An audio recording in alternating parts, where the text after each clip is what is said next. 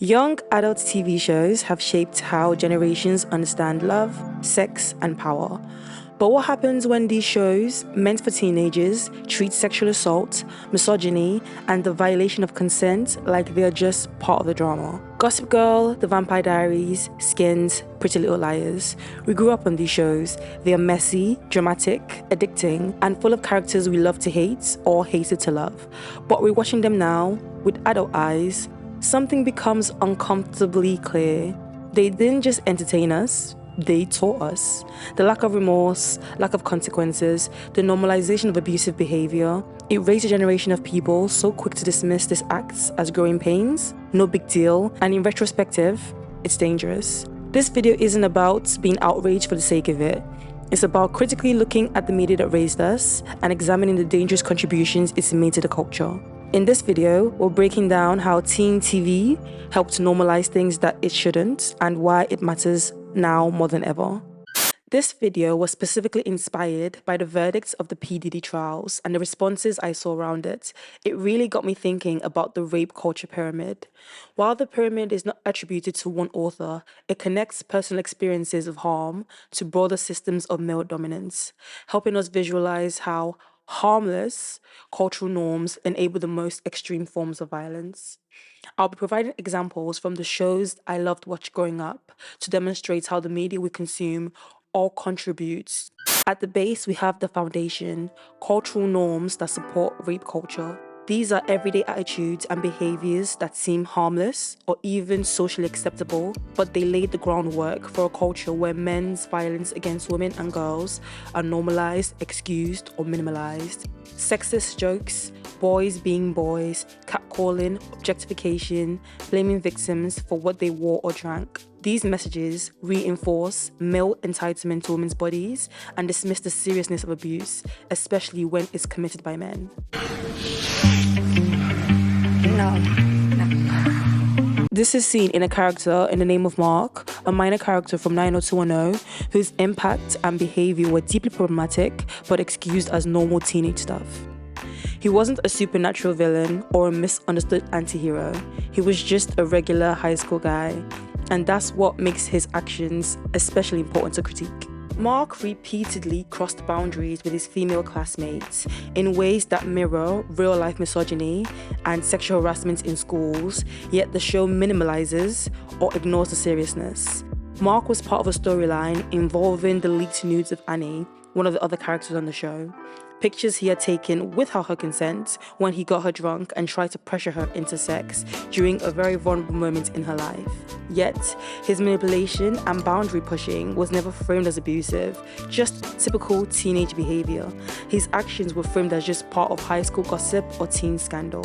Mark's behavior was often used to create drama or tension, but not treated as serious misconduct. But it's important that we are clear. What Mark did are acts of sexual harassment, non-consensual sexual exploitation, and child pornography legally, and the show never treats it like that. There was little to no meaningful pushback from the adults or peers. Instead, his actions are brushed off as just boys being boys. No suspension, no shame, no consequences. Meanwhile, the girls, the victims, are the ones forced to defend themselves, to clean up the damage and navigate the slut-shaming that follows, while he walks away largely unaffected and insignificant to the story. Did you take pictures? It's not gonna be a big deal. When shows like 90210 represent this type of behavior as typical or harmless, they send a dangerous message that violating someone's privacy is just a part of growing up, that male behavior, even when it's degrading, is something girls should just accept, that non-consensual pictures are just embarrassing, not abusive or criminal, that victims should just get over it rather than perpetrators being held accountable, and that sexual harassment is just part of being in high school. When characters like Mark are never held responsible, it desensitizes audiences to predatory behavior. It normalizes things like revenge porn, coercion, and digital abuse. It tells boys that it's okay to push boundaries and tells girls that they just have to deal with it. This is how misogyny becomes invisible, because characters like Mark aren't cartoon villains, they're realistic, too realistic. But realism doesn't mean acceptance, and teen TV has a responsibility to show that kind of behaviour isn't funny, flirty, or forgettable. It's predatory. It isn't something to be brushed off, but something to be taken seriously. Mark's character may not be as central as the others, but his actions and the way 90210 treated them are part of a bigger problem in teen media. The casual acceptance of misogyny and the violation are just part of growing up. But it's not just high school. It's harmful storytelling that conditions viewers, especially young ones, to expect and accept abuse as normal. The middle tier involves behaviours that are more visibly harmful, yet still too often dismissed, especially when the perpetrator is powerful, popular, or protected. These acts don't always involve physical force, but rely on coercion, manipulation, and a culture of male dominance. Survivors are frequently disbelieved, blamed, and shamed into silence. James Cook from the TV show Skins UK is a great example of this. In the character, we can see how misogyny becomes invisible. I know the cure. Cure for what? It's my cock. He is often seen as the wild, sexy, rebellious lad, but underneath the charisma is a pattern of non-consensual behaviour, boundary crossing, and sexual aggression that the show rarely holds accountable. From the minute we meet Cook, he treats girls like prizes, sex like a game, and consent like a suggestion. He kisses without asking, he sleeps with girls who are too intoxicated to properly consent, he grabs, he gropes, he pressures, and it's all played for laughs. Although understood as quote-unquote edgy behaviour, it's regarded as a pretty normal way for a young man to go through life. What Cook does, over and over again, is sexual coercion. It's not sexy or harmless. It's predatory behaviour that's never really questioned by the characters around him or by the show itself. You are fucking mental. Mental is as mental does. But we're late. We're told that he's just being Cook, a rebellious young man once again going through a phase. He's troubled, he's impulsive, but he's got a good heart underneath. Another example of us being shown a portrayal of a broken boy who just needs fixing. But the problem is, when someone like Cook is romanticized and his behavior normalized, we're telling these young audiences, especially the young girls who are still learning how the world works, that being pushed past your boundary is just a part of flirting. Being treated like an object is somewhat exciting, and if the guy is hot, sad, or charming enough, he can operate with his own sets of rules, and it's okay. Skins frames Cook's behaviour as passion. His aggression is edited with flashy music. His hookups are treated like trophies. He gets emotional arcs, redemption scenes, and even a tragic backstory. But what we never really see is accountability, the effects of his actions on the girls around him. The show rarely, if ever, stops to ask, what about the girls he hurts? And before anyone jumps me, I am well aware that Skins wasn't trying to be a perfect moral compass. It wanted to show messy teenagers, and that's fair, but there's a difference between showing toxic behaviour and endorsing it through glamorization. Because unfortunately, the reality is, Cook's behaviour reflects real patterns of sexual coercion that happens in real parties, real friendship groups, real lives. And when a character like him is idolised, it normalises that behaviour, especially for the young men watching who see him as a role model. Do you know who I am? What I can fucking do? Stop it! I'm Cook! Closer to the top, we have the removal of autonomy. This is where the line crosses over from abuse to assault. This can be seen in the actions of Gossip Girl's Chuck Bass and the Vampire Diaries' Tyler Lockwood. I'm Chuck Bass. Chuck Bass is one of the most iconic characters in teen TV history. Brooding, wealthy, damaged, and apparently irresistible. But if you've rewatched Gossip Girl, as I have, one too many times if I'm honest, something becomes unmissable. Chuck isn't just a bad boy, he's a predator. In the very first episode, Chuck tries to force himself on Serena, and then minutes later he tries again, the same thing, this time with Jenny. This isn't ambiguous, it's not misunderstood flirting, it's attempted assault, twice, in one episode. And yet, over the course of the series, Chuck becomes not just the main character, but a romantic lead. This isn't a subplot. It isn't something the show builds up to. This is how we're introduced to one of the most iconic characters of the series. His violence is never addressed, and his actions are shrugged off as just one of those things that just happens. What the hell is your problem? It's a party. Things happen. It's almost erased, buried under suits, rooftop speeches, and the tortured gazes at Blair Waldorf. There is never any real accountability, and by season 3, he becomes one of the central characters, embraced by the group of friends, a fan favourite, and half of one of the biggest ships in teen TV. And by the end of the show, he's married. These attempted assaults are barely mentioned again, and he's gradually rebranded into this tortured romantic hero, someone we're supposed to root for. Yes, by all accounts, the characters were flawed, and that's why we love them, but there is something sinister about downplaying his actions and lumping it in with the other quote-unquote bad behaviour, like characters doing drugs or cheating on their partner. This normalizes violence. Chuck is a textbook example of the bad boy fixed by love trope. He's emotionally unavailable, manipulative, and cruel, but because he loves Blair, the show tells us that he's redeemable, that he just needed love.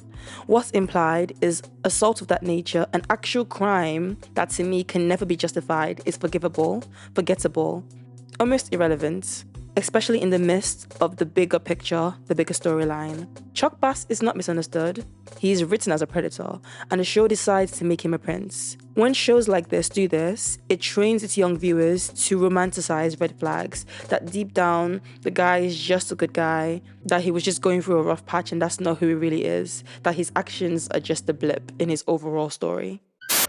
Vicky Donovan says no. That's a first. Then there's the Vampire Diaries, another major offender in the form of Tyler Lockwood. Tyler Lockwood starts the Vampire Diaries as your typical jock, aggressive, hot-headed, emotionally stunted, but beneath the high school bad boy facade, there's something much darker, something the show never really addresses. In the early episodes, Tyler repeatedly crosses the line with Vicky Donovan. He pressures her into sexual situations where she's drunk or emotionally vulnerable, ignores her boundaries, and constantly disrespects her autonomy. He grabs her arm, he yells at her in public, he treats her like property, and yet none of this is ever called abuse. It's framed as high school drama or teenage hormones. The violence is never seriously confronted by the characters or the writers, and like so many male characters in teen dramas, he eventually gets rewarded with a redemption arc. Eventually, Tyler becomes a werewolf, and this supernatural transformation is used as a metaphor for his inner struggle, like his aggression was always something beyond his control. He later falls for Caroline, opens up, becomes more protective, more human. The show wants us to believe that he's changed, but the problem isn't just whether Tyler changes, it's how quickly his past behavior is swept under the rug. His treatment of Vicky, a girl who is later killed off, is never unpacked. It's not a turning point, it's forgotten. Once again, irrelevant. We've seen this story before. The angry, broken guy gets a love interest, and usually a kind, beautiful girl, and suddenly he starts to soften. Love heals him. Love changes him. It fixes him. But this trope isn't romantic. It's manipulative. It teaches viewers, especially young women, that they can endure abuse until it magically turns into affection.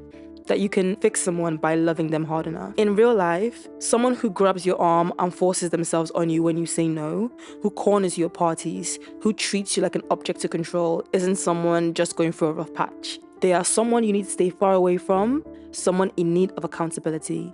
The Vampire Diary never gives Tyler that moment. Vicky, well, I think she found peace.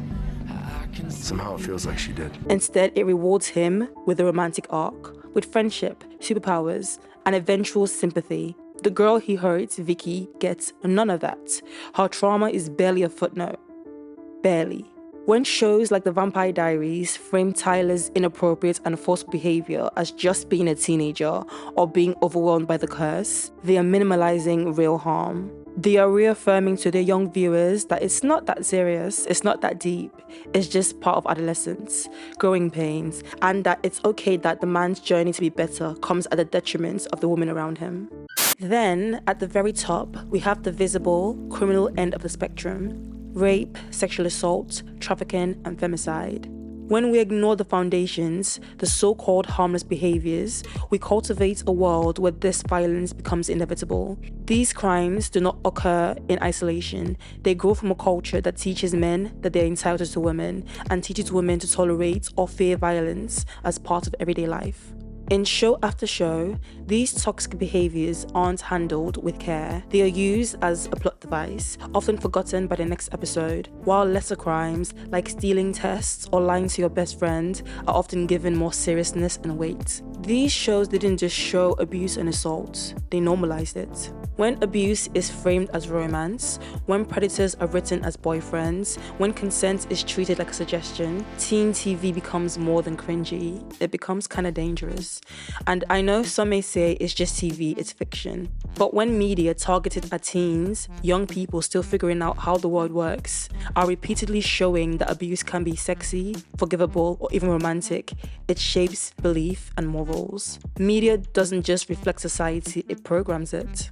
When it trains us to see red flags as romantic tension, to root for the bad boy who assaulted someone 2 episodes ago, to treat abuse as part of the love story, it shouldn't be a surprise that these messages are then internalized. It desensitizes viewers to red flags. It teaches girls to fix abusive boys, that girls should be forgiving, patient, and responsible for their partner's growth. It suggests that someone being mistreated means they're special, that if you just hold on long enough, he'll change. It fuels rape culture and normalizes victim blaming. It silences the voices of real people who experience abuse, coercion, and shame because they've been taught that it's just part of the story. These portrayals affect how we view relationships, how we treat survivors, how we parent, and how we navigate intimacy. And it's not just the girls who are harmed by these narratives. Young boys are taught that to be desirable, they need to be aggressive, emotionally distant, and sexually assertive. They see male characters rewarded for persistence, not consent. As a result, boys may grow up confused about boundaries, detached from empathy, and ashamed of emotional expression. They are taught that these harmful acts are just part of adolescence, boys being boys, a rite of passage. It's okay to act like this because there's no real harm. When media links masculinity to control and entitlement, we all lose, especially boys who were never taught how to love without power or dominance. It's no coincidence that fans still defend Chuck Bass or think Tyler's story was redemptive. Media doesn't just reflect culture, it also creates it. In reality, these stories don't end with a romantic wedding. They end with trauma, with shame, with silence. Media matters, especially the media we consume as teenagers, when we're still learning what love looks like, what boundaries are, and what consent even means. When shows minimalize assault, representing them as drama, glorifying controlling partners, or romanticize the aggressor, they blur the lines between entertainment and normalization. The pyramid is so important to understand because if we can destabilize the foundation, everything above it crumbles. When everything above those attitudes and belief crumbles, that means that we're creating an environment where sexual violence is never justifiable, where community members are holding each other and themselves accountable for harm caused. If you watched these shows and thought something felt off, you weren't wrong, even if you didn't have the language for it back then like me. This video is no way about blaming writers or cancelling characters. It's about acknowledging that these portrayals have real consequences for how we saw ourselves and how we viewed relationships and how we responded to harm. We can still enjoy the shows and be nostalgic. I just think it's important to be loud about the critiques so younger, newer audiences finding these shows don't internalize those harmful messages.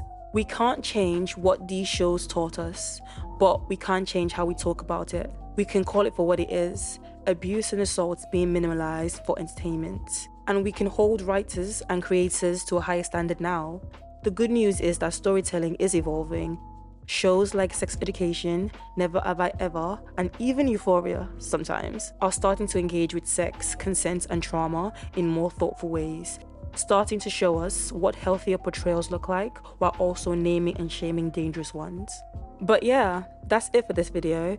If this resonated with you or made you rethink the shows that you grew up on, please do leave a comment. I would love to hear your thoughts. And if you want more deep dives like this, don't forget to like, subscribe, and share. Thanks for watching, and I'll see you in the next one. Bye!